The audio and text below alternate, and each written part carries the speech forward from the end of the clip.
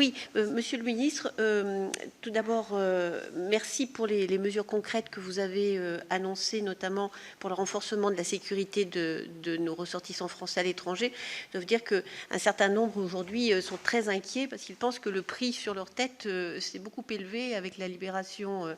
de 206 djihadistes, plus les quelques millions qui ont été versés pour la libération des otages. Alors certes, notre compatriote n'était pas seul, mais enfin, l'affichage de la charte de la laïcité dans nos établissements scolaires est aussi une façon, je crois, de soutenir nos enseignants, parce que ce n'est pas le français que nous enseignons, mais bien l'enseignement français à l'étranger, et donc toutes les valeurs que cela porte.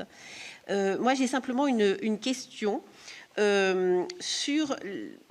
aujourd'hui, les pressions diplomatiques et commerciales contre les États insulaires du Pacifique, qui sont les bastions traditionnels de soutien à Taïwan,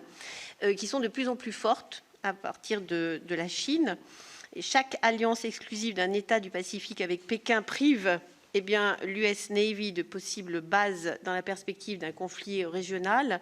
Êtes-vous inquiet aujourd'hui sur les velléités que pourrait avoir la Chine sur Taïwan, à un moment où finalement les Américains sont dans une élection qui risque d'être un petit peu compliquée, alors que Pékin accentue la pression sur Hong Kong et que Pékin célèbre aujourd'hui la guerre de Corée avec des déclarations de du président Xi qui sont quand même assez